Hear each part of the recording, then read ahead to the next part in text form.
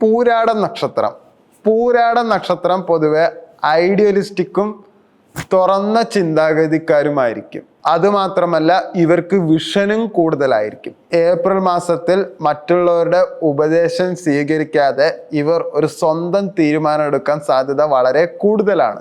ഈ തീരുമാനം പലർക്കും മെന്റൽ സ്ട്രെയിൻ ഉണ്ടായിട്ടുണ്ട്.